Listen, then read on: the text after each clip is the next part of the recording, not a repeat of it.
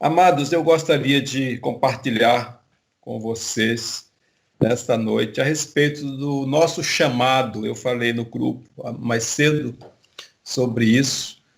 E eu queria que você refletisse, nós refletíssemos acerca do nosso chamado.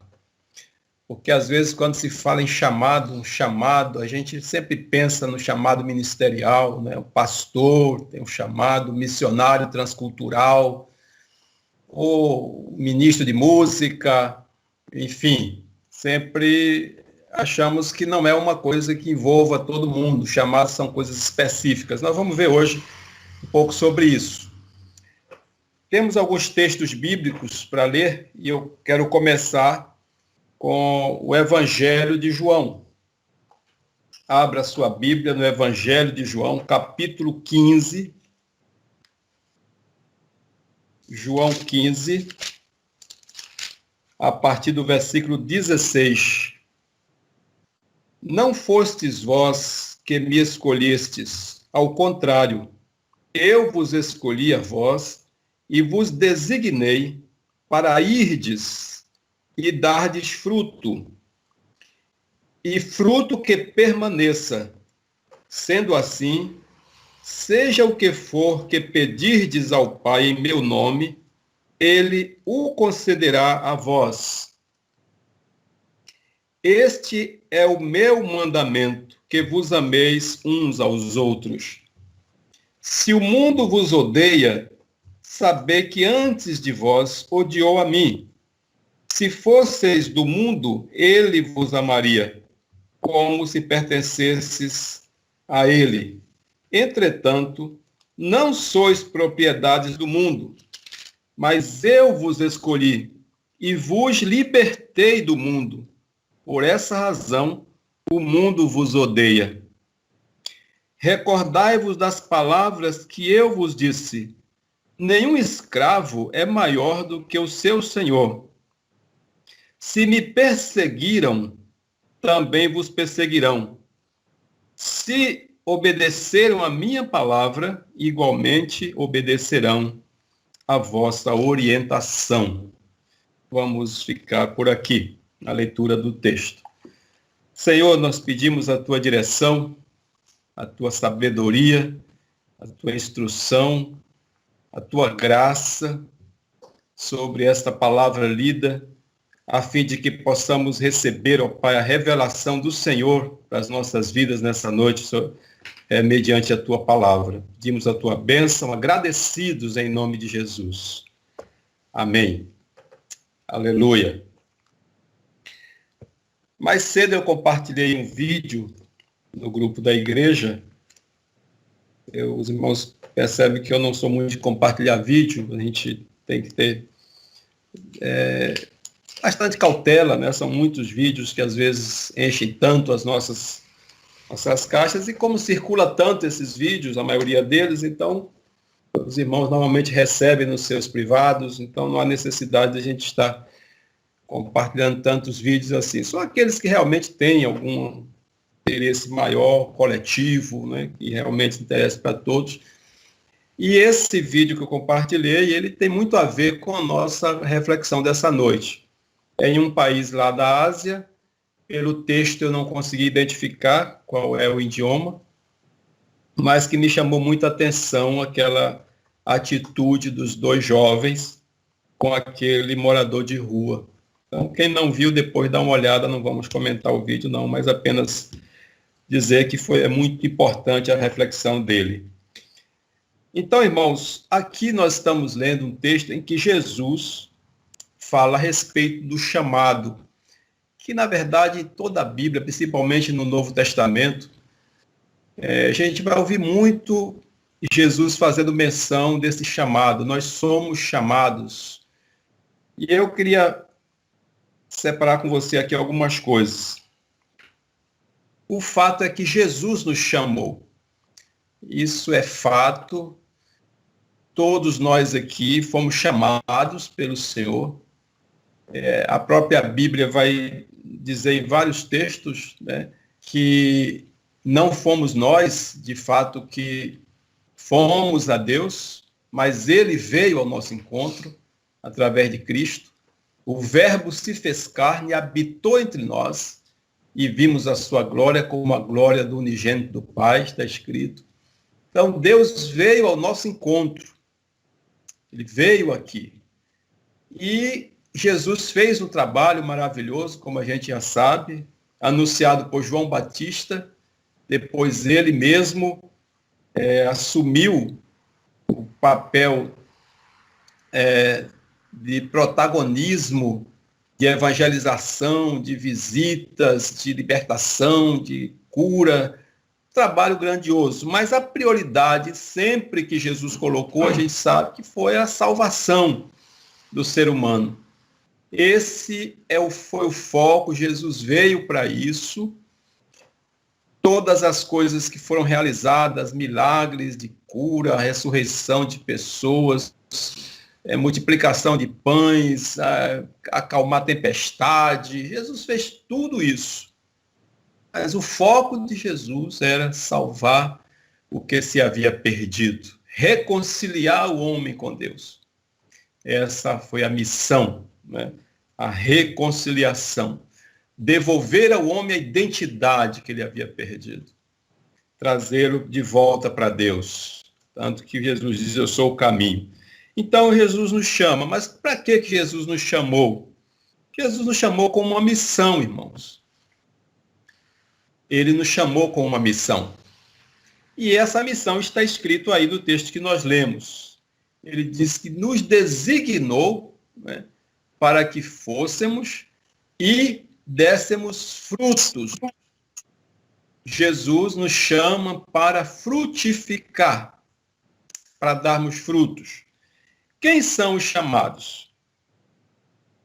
Na verdade, a Bíblia diz que muitos são chamados. Em Cristo, todos nós fomos chamados, porque a porta da graça se abriu para todos. Veio para o que era seu, a Bíblia diz, os seus não receberam, mas a todos quantos o receberam, deu-lhes o poder de serem feitos filhos de Deus. João 1:12, Evangelho de João 1:12. Então, João também, capítulo 3, aquele versículo que todos conhecem, Deus amou o mundo de tal maneira que deu o seu Filho unigênito para que todo que nele crê não pereça, mas tenha a vida eterna. Então, todos foram chamados em Cristo. A porta da graça se abriu e todos aqueles que efetivamente creem que Jesus é o Cristo, que ele é o Messias, que ele é o enviado do Pai, que só nele há salvação, que ele é a única porta, então podem entrar pela porta da graça. É claro, a gente sabe que nem todos, que o próprio texto diz, né? Eu queria que você abrisse aí em Mateus capítulo 9, versículo 13. Mateus 9, 13. Está escrito assim, portanto, ide aprender o que significa isso, misericórdia quero e não sacrifício, pois não vim resgatar justos e sim pecadores. Jesus Cristo veio, irmãos, para todos os pecadores, inclusive. Não, por que Jesus não veio para os justos? Ele não chama os justos. Porque não existe justo, né? Não existe justo, só existem pecadores. Aquela pessoa que se acha justa, ela já está fora desse plano de salvação. Infelizmente, tem aqueles que se acham justos, que não precisam de Jesus. Então, esses já estão fora do plano. Porque ele veio justamente, e o próprio Jesus vai dizer isso em outras partes também. Eu vim para os pecadores, eu vim para os doentes, não para os sãos. Ou por aqueles que se acham sãos, né? Então, meus irmãos, Jesus veio e ele nos chamou para a reconciliação e a partir daí, a partir da conversão, a partir do momento em que de fato nós entregamos a nossa vida ao Senhor e assumimos uma aliança com ele, nós temos esse somos designados por Ele para darmos frutos, para sermos testemunhas de Jesus. Atos capítulo 1, versículo 8. Recebereis poder ao descer sobre vós o Espírito Santo e ser-me-eis testemunhas. Então ele nos chama para ser testemunha. Frutos, dar frutos como testemunhas de Jesus. Então eu estava pensando, refletindo sobre o que seriam esses frutos que permanecerão. Jesus fala aí, nós lemos, ele diz: eu vos designei para que vades e deis frutos e os vossos frutos permaneçam. Então, que frutos seriam esses, ou que serão esses que vão permanecer? Não é difícil a gente entender, irmãos, que Jesus está se referindo à salvação de almas, a vidas. Esse é o principal fruto. O nosso fruto é levar outras pessoas à reconciliação com Deus. E essas pessoas, uma vez salvas, elas permanecerão para sempre. Então, esse é o principal fruto. É só a gente ver lá em Romanos, no capítulo 10 de Romanos, versículo 15. Vamos abrir rapidinho. Romanos 10, 15. Aqui. Lemos o seguinte: e como pregarão se não forem enviados? Como está escrito: como são maravilhosos os pés dos que anunciam boas novas. Então, como são maravilhosos, bem-aventurados, felizes os pés daqueles que anunciam as boas novas. Porque esse é o principal trabalho, é a principal missão do discípulo, fazer outro discípulo. Irmãos, quando nós fazemos outros discípulos, nós estamos prestando o melhor serviço que você pode imaginar para o reino de Deus. Estamos também dando a ele o nosso retorno a Cristo, que é justamente contribuindo, trabalhando, servindo ao reino, através de vidas que são salvas por intermédio da nossa missão aqui, porque essa é a principal missão, esse é o principal chamado do Senhor. Tal como nós falamos no início, eu diria que existem dois tipos de chamado. Existe o chamado universal e o chamado específico. Qual é o chamado universal? É aquele em que todo cristão está inserido. Todos nós, a partir do momento que assumimos uma aliança com Cristo, nós temos o chamado para dar frutos, para levar outras vidas ao reino, para dar frutos para a eternidade, para sermos testemunhar de Jesus, onde quer que estejamos. Essa é a missão, irmãos, ser testemunha do Senhor, multiplicar discípulos, né? Então, esse é o chamado universal para todo crente. Todo crente é chamado a evangelizar. Todo crente é chamado a orar.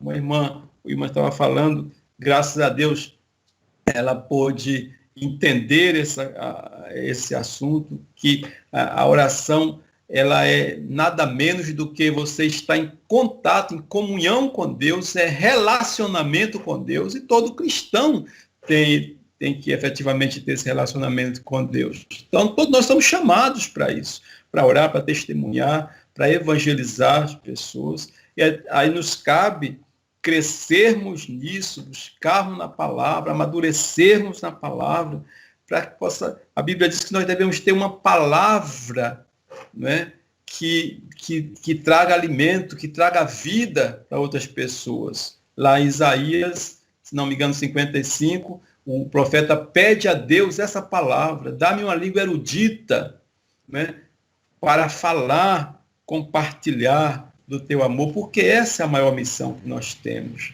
né? É servir a Deus como testemunha. Então, essa é a principal missão, e para esse fim todos são chamados. Agora, existe também um chamado específico. Deus estabelece dons e dá dons específicos para que as pessoas utilizem esses dons específicos em determinadas áreas. E aí a gente vai ver lá em 1 Coríntios, capítulo 12, também é um texto conhecido nosso. 1 Coríntios 12, versículo 28. O Senhor diz assim, Paulo escrevendo, né? Assim, na igreja, Deus estabeleceu alguns, primeiramente, apóstolos, em segundo lugar, profetas, em terceiro lugar, mestres, em seguida, os que realizam milagres, os que têm dons de curar, os que têm dom de prestar ajuda, os que têm dons de administração, os que falam diversas línguas, enfim. Então, são chamados específicos. Nem todos têm o chamado para administrar. Nem todos têm o chamado de apóstolo, né? Que aqui, no caso, a palavra apóstolo, aqueles que viram Cristo, que conviveram com ele, e que o Senhor os designou para uma obra específica, e eles desbravaram ali o primeiro século, prepararam, né, ali o caminho do Senhor também depois de Cristo, eles receberam esse poder. Aqui fala também de presbíteros, que é igualmente pastor, o dom, a unção pastoral para apacentar. Então, cada um aqui tem um dom específico, mas isso aqui nós estamos falando de dons específicos, não o chamado específico, melhor dizendo, não chamado universal. Todos são chamados, e aí Deus, por sua graça, sabedoria e vontade, ele designa pessoas, tanto que a gente vê hoje na igreja, nós temos ali na igreja o Ministério do Louvor. Eu não poderia estar ali, porque eu não sei tocar, eu não tenho muita habilidade para música, mas já Salomão, a irmã Rosani, o Jairo, a Cida, os irmãos já têm essa vocação, esse chamado de Deus que o Senhor traz ao seu coração e é revelado, e Deus mesmo move o coração das pessoas para isso, né? E assim por diante. Existe aquele que administra, existe aquele que cuida da casa, do santuário, tem a Marta, né, que vive ali no serviço, tem a Maria, que está mais ali na oração, né, na busca, da parte devocional. Então, Deus faz isso, e a Bíblia mostra aí no livro de Coríntios, no capítulo 12 até o 14, que o corpo de Cristo funciona dessa forma. É um corpo com vários membros, e cada membro com o seu papel, com a sua função específica para o andamento, para o funcionamento do corpo. E aí é só a gente pensar no nosso corpo, né? Nós temos os membros, cada um com seu papel, e nenhum é inferior ao outro. Meu pé não é inferior à minha cabeça, né? Meu braço não é superior ao meu dedo do pé. Todos têm o seu papel, e cada um cumprindo com o seu papel ali, o corpo funciona perfeitamente. Então, meus irmãos, só lembrando, existem chamados específicos, mas quando o assunto é testemunhar, ser testemunha, levar outras pessoas ao reino, a missão de fazer discípulos, essa missão é para todos nós. Nós somos uma geração privilegiada, totalmente privilegiada, porque nós somos a geração eleita por Cristo. Vocês conhecem esse texto, está lá em 1 Pedro, capítulo 2, versículo 9. Vós sois a geração santa, um povo adquirido para as boas obras. Vamos ler o texto, o versículo. Se você não tem ele anotado, você deve anotar esse texto, porque não sei até onde você tem entendido, mas ele está falando justamente de uma geração eleita em Cristo. Diz assim: porém vós, 1 Pedro 2,9, sois geração eleita, sacerdócio real, nação santa, povo de propriedade exclusiva de Deus, cujo propósito é proclamar as grandezas daquele que vos convocou das trevas para a sua maravilhosa luz. Nós fomos convocados das trevas para a maravilhosa luz de Cristo. Então, essa geração é a geração, não é a geração da pós-modernidade. Estou falando da geração a partir de Cristo. É uma geração privilegiada. É só você ler em Hebreus capítulo 11, vai falar dos heróis da fé, daqueles que almejaram tanto ver o que nós vemos e não conseguiram. Então, meus irmãos, é um privilégio nosso de sermos essa geração eleita em Cristo, para ser testemunha do próprio Cristo, para anunciar Cristo ao mundo. Então, somos privilegiados. Agora, há algumas implicações desse chamado. Não é tão simples assim. Ser uma testemunha é maravilhoso, somos uma geração privilegiada, é tudo muito bom, mas existem algumas implicações que Jesus também não nos deixou alheios a ela. Ele deixa muito claro no próprio texto que nós lemos, é só a gente voltar lá no texto de João, para a gente ver que existem algumas implicações. Eu gostaria que você entendesse isso perfeitamente, porque, meus irmãos, eu acredito que muitas pessoas hoje já não caminham mais com o Senhor, porque elas não entenderam isso. E nós precisamos entender que ser testemunhas do Senhor tem algumas implicações. Então, por exemplo, nós vamos ver aqui o texto, quando Jesus fala, ele diz o seguinte. Deixa eu abrir aqui. Pronto. Versículo 18. Primeiro 17, este é o meu mandamento, que vos ameis uns aos outros. Olha aí o fruto que Jesus se refere. Amar uns aos outros é efetivamente você ter esse projeto, esse plano horizontal do amor de Deus, primeiro vertical, né, amar Deus, todo o coração, de toda a alma, todo o entendimento, todas as nossas forças, depois ao próximo. Mas qual é a melhor forma que eu tenho de expressar o meu amor com o próximo? É dando um presente? É fazendo uma visita a ele? É levando para um lazer? Tudo isso é importante, irmãos. Mas a forma que eu tenho a maior expressão do meu amor com o meu próximo é conduzi-lo a Cristo. É que ele conheça Cristo como eu conheço. Não existe nada mais importante do que isso. Às vezes a gente pensa nas pessoas assim, como agradar as pessoas, a gente faz um esforço muito grande para agradar as pessoas. E às vezes, irmãos, por incrível que pareça, acabamos nos omitindo de falar do amor de Deus para ela. Talvez até achando que a gente pode ofender a pessoa, ter aquele cuidado. Eu já vi alguém dizer assim, eu não fui para a igreja hoje porque chegou uma visita lá em casa e tal.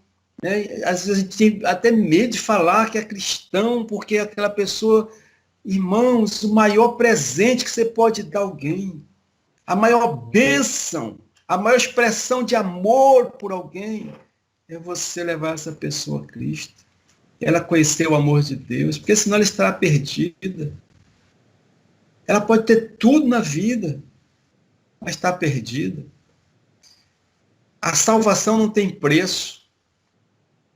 O homem mais rico do mundo hoje é o dono da Amazon. Mais rico do mundo. Mas o dinheiro dele todo não compra a salvação. Então, ele diz aqui, o meu mandamento é este, que vos ameis uns aos outros. E a forma que eu tenho de expressar o meu amor com qualquer pessoa é dar a palavra para ela. É, de alguma forma, ser usado por Deus para levá-la a Cristo. E aí ele diz aqui, no versículo 18. Se o mundo vos odeia, sabei que antes de vós odiou a mim. Então, irmãos, há algumas implicações nesse chamado. Uma delas é que nós não vamos ser muito bem vistos pelo mundo.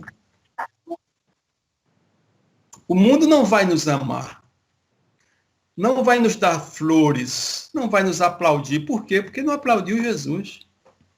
E ele está dizendo aqui, olha, se o mundo odeia você, se você não é bem-quisto, aconteceu comigo. E é lindo a continuação. Se fosseis do mundo, ele vos amaria, como se pertencesseis a ele. Entretanto, não sois propriedade do mundo, mas eu, Jesus falando, vos escolhi e vos libertei do mundo. Por essa razão é que o mundo, né, não te dá flores.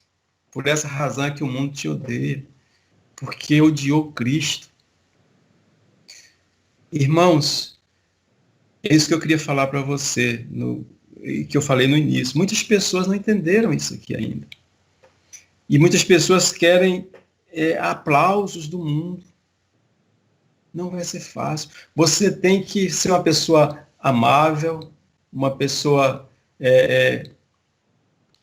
educada, cidadão, tudo de bom. Você tem que ser tudo de bom. Amar as pessoas com todo o carinho da sua alma, não ter preconceito, não ser intolerante com ninguém. Você tem que amar. Mas o mundo não vai te dar esse feedback. Porque eu fui assim com Jesus. Quem amou mais do que Jesus? O que aconteceu com ele? Olha o que ele diz aqui, no versículo 20. Recordai-vos das palavras que eu vos disse. Nenhum escravo é maior do que o seu senhor. Se me perseguiram, também vos perseguirão.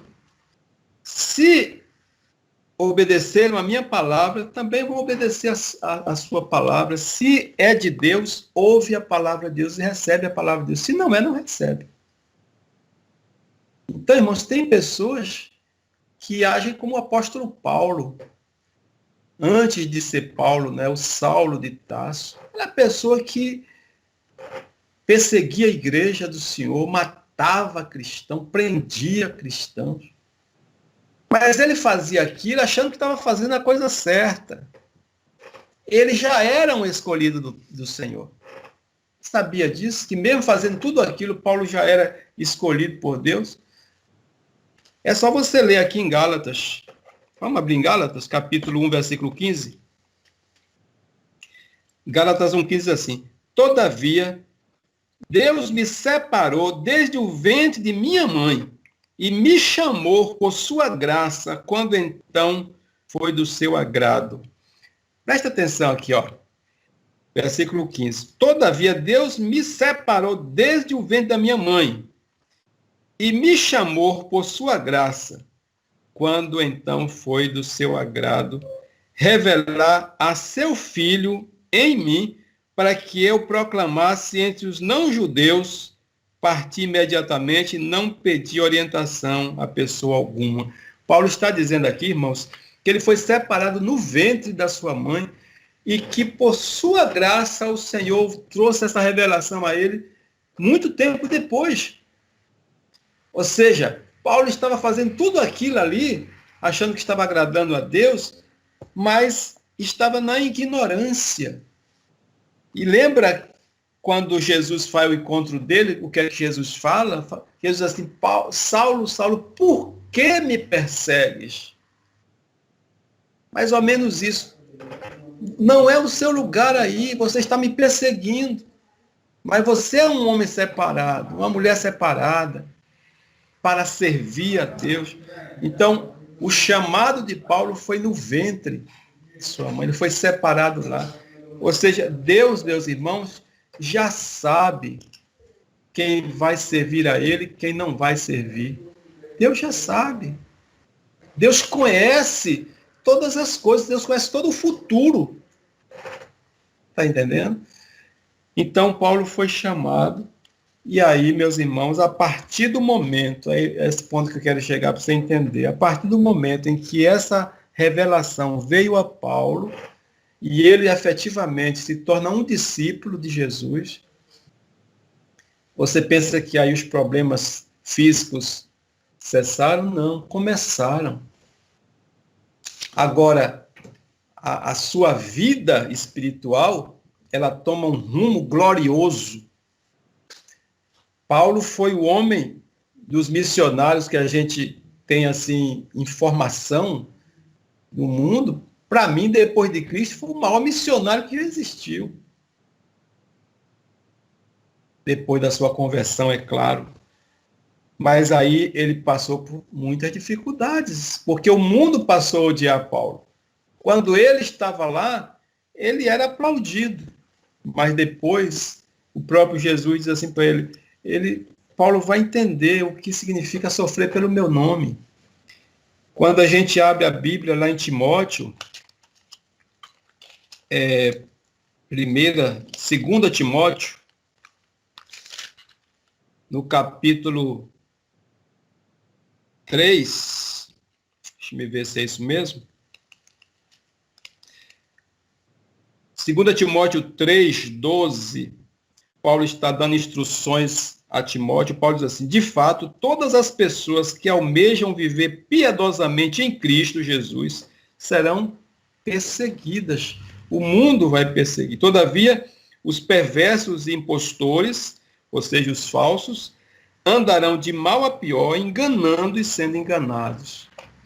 Então, meus irmãos, não se decepcione quando o mundo não te dá flores, não te aplaude, porque fizeram isso com Jesus. E ele está dizendo, se fizeram a mim, e sou Senhor, certamente acontecerá com os servos também. Né? Então, as implicações, Jesus não foi amado pelo povo, não foi aplaudido, Jesus passou por lutas e muitas dificuldades na sua missão, né? E até a cruz, tá certo? Então, os apóstolos também foram perseguidos por Jesus, e se os apóstolos foram, quem somos nós, né? O mundo, com seu sistema, não gostava, né, de Jesus e também não gosta dos seus discípulos. Agora, por que existe essa dificuldade, né, irmãos? O mundo, o sistema do mundo rejeita Deus por causa dos valores. Os valores não são os mesmos. Os seus valores, princípios, não são os mesmos. Eu estava pensando hoje, quando estava estudando esse texto, qual é a alegria do mundo, irmãos? A alegria do mundo é balada, é bebida, a alegria, a felicidade do mundo. Dinheiro, fama. Então, as coisas que trazem alegria para a carne. Eu não estou dizendo para você que a gente não que tem coisas aqui no mundo que não nos alegram. Claro que sim. Mas a nossa fonte de alegria, e é isso que eu queria, essa palavra que eu queria usar para você, a fonte de alegria do mundo, a fonte de satisfação do mundo, a fonte de prazer do mundo, não é a nossa. A nossa fonte de alegria, de prazer, é o Senhor. A alegria do Senhor é a nossa força, diz a Bíblia. E o que é que diz o Salmo 1? Bem-aventurado ou bem-aventurada é o varão que não anda segundo os conselhos dos ímpios, não se assenta na roda dos escarnecedores, não se detém no caminho dos pecadores e nem se assenta na roda dos escarnecedores. Antes tem o seu prazer na lei do Senhor. Então, o nosso prazer, a nossa fonte de prazer, o mundo pode trazer algumas alegrias para a gente. E claro que a gente tem, nós somos emocionais. Mas a nossa fonte de satisfação é o Senhor. Não é o que o descrente vive. Né? E aí as pessoas, muitas vezes, elas são tão bem-sucedidas profissionalmente, financeiramente, socialmente, mas são pessoas infelizes. Volta e meia, infelizmente, a gente sabe de um caso de alguém que morreu com overdose, um cantor famoso, um artista famoso. Nos Estados Unidos sempre acontece isso, no mundo todo acontece. Por quê? Porque essa pessoa não encontrou a sua fonte de satisfação em Deus. Então, meus irmãos, é assim esse plano do mundo, né? E aí, voltando, todos nós somos testemunhas do Senhor. Existem aqueles que são chamados de forma específica por Deus, mas, no geral, todos nós somos chamados, temos uma missão, a missão de testemunhar, a missão de promover o reino de Deus, porque nós somos súditos desse reino. Então é uma questão até de lógica, não é? Você é súdito do reino de Deus, você vai promover o quê? O reino de Deus. Né? Se o seu rei é Cristo, você vai promover quem? Cristo. E, além de tudo, nós somos agentes da reconciliação. Nós temos a missão, o mistério da reconciliação. Então, fechando aqui e deixando essa reflexão para os irmãos, somos testemunhas do Senhor e existem implicações para isso. O mundo não vai nos aceitar, a gente sabe disso, porque a fonte, os valores são outros, mas, independente disso, meus irmãos, a gente tem que entender que nós fizemos uma escolha. Nós tomamos uma decisão. A decisão por Cristo. A decisão por aquele que nos conduz à eternidade. E aí a Bíblia vai dizer que de que adianta ganhar o mundo inteiro e perder a sua alma? Né? Que adianta o homem ter tudo aqui nesse mundo e no último momento da sua vida ele olhar para trás e saber que não construiu nada espiritualmente? Né? Aí nós, falando do nosso chamado, aí voltando sobre o vídeo, né? Ali no vídeo nós vimos 2 jovens atendendo um morador de rua. E aí eu fiquei pensando, o que é um chamado? Meus irmãos, é só a gente pensar na questão do bom samaritano. O bom samaritano tinha um chamado específico. Ele foi enviado ali para atender aquele homem na estrada. Foi uma missão que o comissionou, foi uma junta de missões, foi uma igreja, foi uma liderança. Não. Ele estava passando naquela estrada e ele então vê aquele homem naquela dificuldade. Eu me lembrei muito dessa situação daqueles 2 jovens. Eles veem um homem ali e eles vão ao encontro daquele homem e oferecem ajuda. Então, o nosso chamado, meus irmãos, ele é um chamado que está presente na nossa vida 24 horas. Em qualquer lugar onde nós estivermos, vai surgir uma oportunidade de você exercer o seu chamado. Essa noite aqui, você pode pensar assim, quantas coisas nós compartilhamos pelo WhatsApp, né? Pela internet, pelo Facebook, pelo Instagram, né? Quanta coisa nós compartilhamos. Mas lembra de alguém, manda uma mensagem, um texto bíblico, uma palavra de Deus. Aí você não tem com quem falar nesse momento, separa uns 5 minutos e faz uma oração pelo Brasil, como nós oramos há pouco com a irmã Bruna. Você tem orado por seu país, você tem orado por missões, porque muitas vezes eu não posso ir, mas eu posso orar e Deus despertar alguém que está perto ali para fazer a obra. Quantos testemunhos de oração a gente já ouviu, né? Então, você não precisa estar inativo no reino só porque você não tem uma missão específica. Nós temos que estar ativo no reino o tempo todo. Esses exemplos aí, o bom samaritano, aquela mulher lá do samaritana também, lá do tanque, quando Jesus chega e fala para ela, ela vai lá na cidade e anuncia Jesus. Ela foi talvez a primeira missionária, né? Da época de Jesus, foi aquela. E ela era uma mulher pecadora, samaritana, tinha vários relacionamentos, a própria Bíblia diz. Então, ela é envolvida com uma vida bastante promíscua, mas naquele momento ela encontra com Jesus e ela se torna uma missionária ali para os samaritanos, uma estrangeira. Então esse é o chamado, né, universal, que nos envolve, que envolve a todos nós. Não apenas a um missionário transcultural, não a um pastor, não a um ministro de música, não a um diácono, a um presbítero, mas a todos nós. E entendendo que, mesmo com todas as implicações do mundo, você não está sozinho e nem está sozinha. O pastor falou que o mundo não vai nos aceitar. Você não está sozinho nem sozinha nisso. O Senhor que passou por todos esses processos e mais ainda, está com você, né? E aí, quando Jesus finda o seu ministério, e ele fala lá em Atos capítulo 1, versículo 8, e também em Mateus 28, em Marcos 16, 15, ide por todo mundo pregar o evangelho a toda criatura, quem crer e for batizado será salvo, quem não crer será condenado. Mateus 28, 18 a 20, portanto, ide fazer discípulos de todas as nações, batizando em nome do Pai, do Filho e do Espírito Santo, ensinando a guardar tudo o que eu vos tenho dito, e eis que estarei convosco todos os dias até a consumação do século.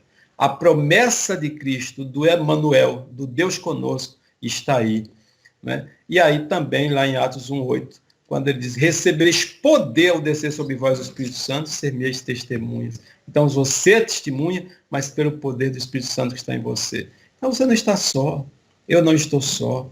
Ele nos capacita. Jesus não chama capazes, mas ele capacita todo o que ele chama. Eu sou esse que ele chamou. Você é esse ou essa que ele chamou.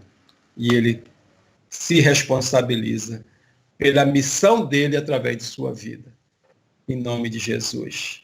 E Deus lhe abençoe, e Deus lhe dê graça, meu irmão e minha irmã, e que você seja um homem e uma mulher frutífera no reino. E o maior fruto é você conduzir alguém a Cristo. Pregue o Evangelho na simplicidade, né? Fale de Jesus, do amor de Deus. Ore pelas pessoas, por aqueles que você deseja alcançar para Cristo. Faça uma relaçãozinha. Começa a orar por elas. Deus vai abrir a porta. Em nome de Jesus. Vamos orar. Somos gratos a Ti, ó Deus, pelo chamado, Senhor. Nós fomos chamados. O Senhor nos chamou. Não que merecêssemos absolutamente nada. Não é meritório esse chamado. Mas esse chamado é por graça. Esse chamado é pelo amor que move o teu coração. Senhor, nos ajuda a cumprir a missão do ID. A missão de dar frutos para a eternidade. Frutos que não pereçam, aleluia, para a honra e glória do teu nome. Porque, Senhor, não há uma forma mais honrosa e mais eficaz de ser grato a Ti por tudo que o Senhor fez, a não ser dando frutos para o reino. Esse é o nosso feedback para Ti. Nos ajuda, Senhor, que a Tua igreja viva essa realidade, que a Tua igreja seja frutífera, seja produtiva, para o reino. Glórias ao teu nome. O evangelho centrado em Cristo, não em mim, não no homem, no ser humano, mas em Cristo. E que tudo que façamos, Pai, tenha essa motivação de glorificar o teu nome, de honrar o Senhor, porque, ó Deus, por mais que façamos, não conseguimos atingir o preço que o Senhor pagou por nós. Te agradecemos e oramos em nome de Jesus Cristo. Amém. Aleluia. Glória a Deus.